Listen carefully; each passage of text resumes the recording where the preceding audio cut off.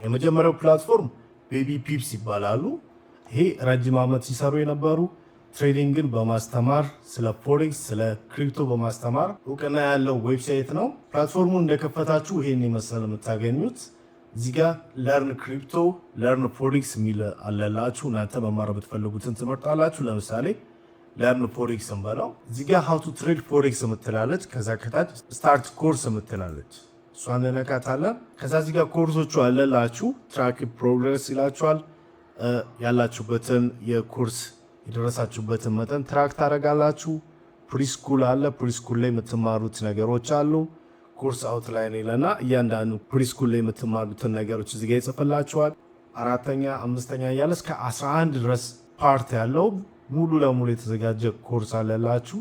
እነዚህን የምታልፉት አንዱን ተምራችሁ ጨርሱ ወደ 2ኛው ወደ 3ኛው እያለ በደንብ ትሬዲንግን ፎሬክስን ያስተምራችኋል።